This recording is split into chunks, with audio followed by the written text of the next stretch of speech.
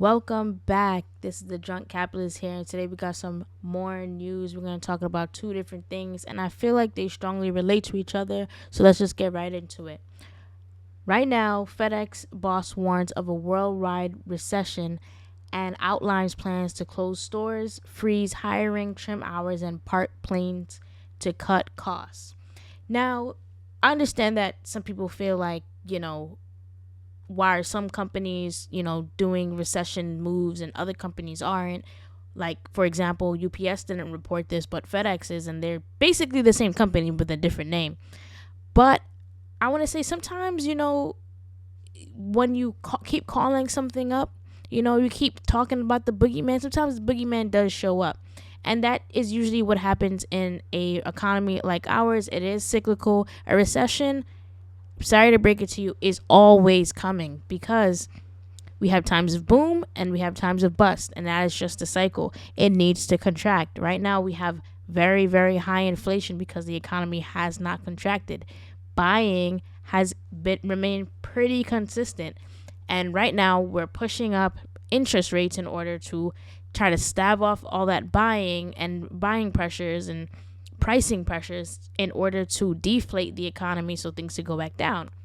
Now, we've managed to keep the price of oil going down for consistently for the past couple months. And obviously, it has been a huge expense for FedEx, but I don't think that's the only reason they're doing all of this. I think they're preparing for the worst in this case. So let's get right into it. FedEx CEO thinks we're barreling toward a global recession, which is usually how it is because we have a global economy, guys. So if you have a global economy, usually if there's a recession, it kind of hits most parts of the country depending on how big it is and how stable a particular country is. Sometimes a global recession can cause a complete collapse of a country, while others barely get a scratch, i.e., Zimbabwe, Venezuela, and places as such, versus, somewhere like, the UK or United States where we get hit and it's hard to us, but we have not seen what these other countries have seen. Now let's keep it pushing. His comments in the CNBC interview came after the firm reported disappointing first quarter results and announced a slew of aggressive cost-cutting measures to help it weather the coming storm. See, they're saying a whole storm. I think so, but these numbers, they don't portend very well, FedEx CEO Raj Subramaniam said in response to a question about whether the economy was going into a worldwide recession. FedEx faced a decline in shipments around the globe as macroeconomic trends significantly worsened later in the quarter, the company said. It reported earnings of $3.44 a share, significantly below analysts' consensus of $5.14. So basically, they're seeing huge economic shifts around the globe. FedEx is a global company that ships all around the world by different means, by air, by plane, by sea, and by land. So they ship in all different forms, and they're seeing a global slowdown in shipments. But which is kind of strange because, we just came off of a huge shipping delay very, very recently, earlier this year. And it doesn't really seem like people have stopped buying things, but I think they're preparing for when people stop buying things. But like I said, if you keep calling the boogeyman is probably going to show up. FedEx shares opened 21.5 lower Friday morning following the earnings release. To help mitigate the situation, FedEx plans to cut flights and temporarily park some aircraft, trim labor hours, and freeze hiring. It is also set to close 90 retail locations and 5 corporate offices. Now they're going hard. They are going hard. They are saying we are basically cutting services all around, and we're trimming the fat right now. Now, how does this affect us? Especially workers, like they're trimming labor hours, so they're keeping down hourly work. So usually that's not going to affect people that are salary, that is going to affect people that are hourly. And it's very unfortunate. And we're going to see the effects once, we start getting our shipments a lot later than we like. FedEx is known for very, very good overnight shipping or 1 day shipping, 2 day shipping. But obviously, they're parking their aircraft and they're frozen hiring, they're trimming hours, they're basically telling you, yeah, we're not about to do this for much longer. It's not going to be as great of a service as it used to be. The company is also revising its 2023 financial outlook and said it expecting conditions to worsen in the second quarter. Economists have sparred for months over whether the U.S. is heading into a recession. I don't know what they're sparring for because it's always heading to a recession, like boom and bust. It is the system, bulls and bears. That is how it works. The stock market has plummeted this year. The Federal Reserve has raised interest rates in an effort to tame inflation. The U.S. economy has been shrinking, and many large tech companies have announced layoffs. Still, the economy has added jobs, and the National Bureau of Economic Research hasn't yet sounded the recession alarm. Now, a lot of things are happening right now. So, obviously, with the situation with the penny, a lot of areas have been exposed in the economy, and now there's been some rearranging per se of the economy and people really realizing. So when they mentioned the store front closings, I think that FedEx understands that they may not need all of these storefronts, so they're getting rid of some of them. Obviously that affects people that work there, but again, there's going to be a lot of shuffling. When people realize there's places where they can save money, they start to shuffle. If people stop expecting packages overnight, then you no longer have that need to deliver packages overnight unless that's at a competitive edge. Now, there's other parts of the system that is also breaking down in as far as global logistics, which is, FedEx obviously is a global logistics company. We call it shipping, whatever, same thing. Right now there is a huge like emphasis on huge pending railroad strike. Now, how does this affect everyone? Well, the railroads in the United States pretty much do a lot of work when it comes to transferring our goods across the country. Like, we don't really see it because most people don't live next to a freight railroad, but here's the thing. It is a huge, massive thing that has, the railroad was built very, very long time ago, is usually operated by the federal government, and they ensure that goods are able to be shipped across the country on a nice, fair, easy way using the federal railroad track. And right now, the conductors and the engineers of those freight railroads are not very happy. So, like I said, there's an economic upheaval it could cause.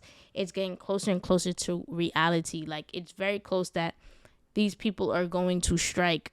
And they're striking for plenty of reasons. Working conditions, it's a 2-person crew, all types of things. So while 2 more rail unions reached tentative agreements with railroad management on new contracts on Tuesday, the 2 most important unions representing the engineers and conductors remain at loggerheads in new negotiations. It doesn't resolve their differences. The first national rail strike in 30 years could start this week. And I'm telling y'all, it's not going to be pretty. We're all going to be very sad. And that's the thing. You have to really take care of the people that,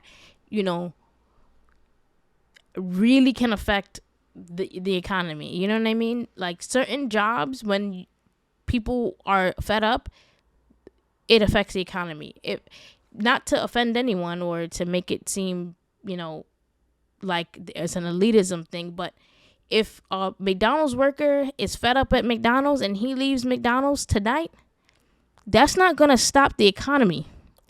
If all the McDonald's workers right now said they was tired of working at McDonald's and they left, that's not going to stop the economy. It's going to be bad news for McDonald's.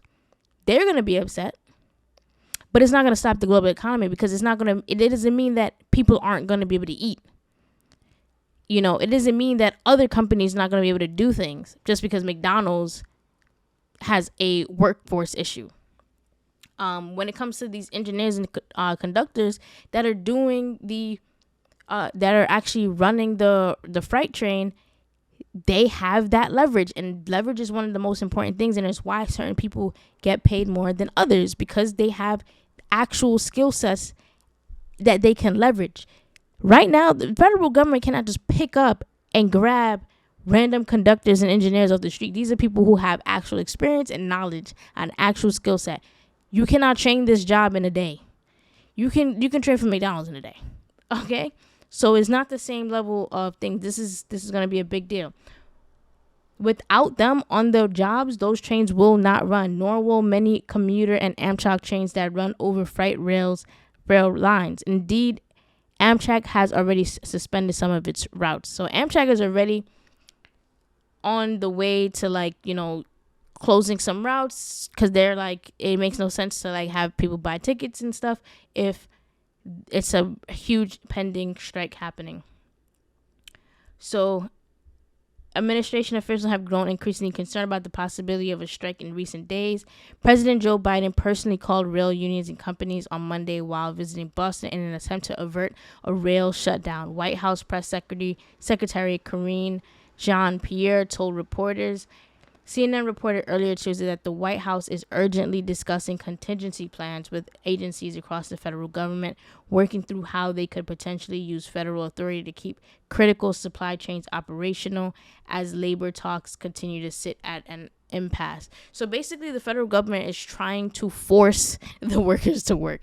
Now, that is a sticky situation. And obviously, America, we pride ourselves on having freedom and blah, blah, blah.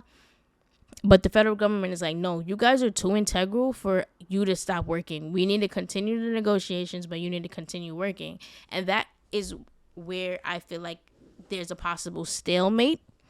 Because why would I keep working and you say that you're negotiating, but what if you never give in to my demands, but you're forcing me to work, but you're never going to give in to my demands, but I keep working, and we're talking and discussion and negotiating for 2 years, nothing is resolved, and I'm still working. That it does not seem right. And this is why the strike must happen. If whatever it is that they're asking for, they should get it. And this is what happens, right, when you don't focus on having a super skilled workforce. Most people that have a lot of skills or very valuable skills, they had to personally choose to do those valuable skills and go after them. Most people were not presented the option of being a freight train conductor or engineer when they were in middle school. Everyone said doctors, lawyers, teachers, football players, basketball players, some type of rapper, some type of singer. Usually those were the 10 jobs everybody was looking at. Nobody's looking at these highly skilled, very integral, important jobs that are out here that are part of our economy, that help everything move, that makes everyone's life easier, that makes everyone's life literally better.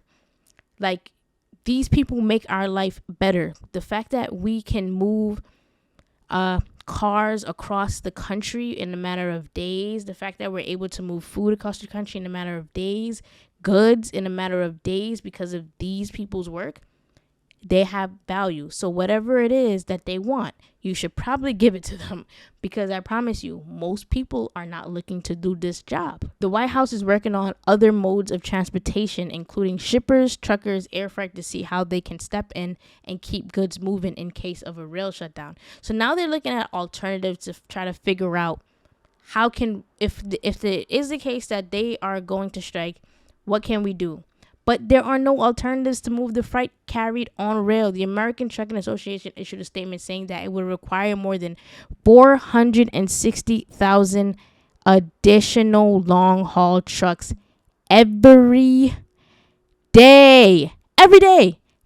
460,000 additional long-haul trucks every day, which it said is not possible based on equipment availability and an existing shortage of 80,000 drivers. There is a shortage of 80,000 drivers if they were to try to attempt to circumvent the need for a train freight shipment, okay, going across country.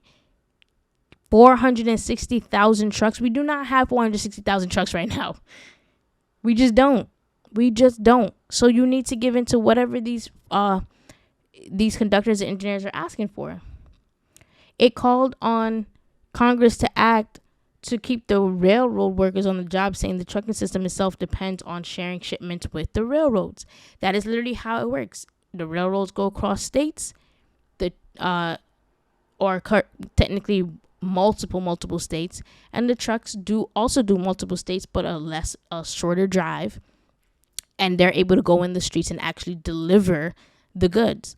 Obviously, the trains don't go in the streets, but I think you guys understand what I'm saying with this. And it's like, when it comes to logistical companies and, the UPSs, the FedExes, all these different companies, they all rely on each other, different systems, different modes of transportation. We're already seeing the pilot strikes. We're seeing air traffic controller strikes. We're seeing a lot of high skilled workers going on strike, usually due to pay. But in this case, the engineers and conductors not necessarily fighting for pay. They're more fighting for work-life balance, because there just isn't enough of them. Our country is not producing enough of these people, and in the event that they're not working, it's gonna cause some issues. The railroads work under a unique labor law that allows the federal government to intervene to keep the workers on the job, rather than freely allowing a strike or a lockout of workers by management.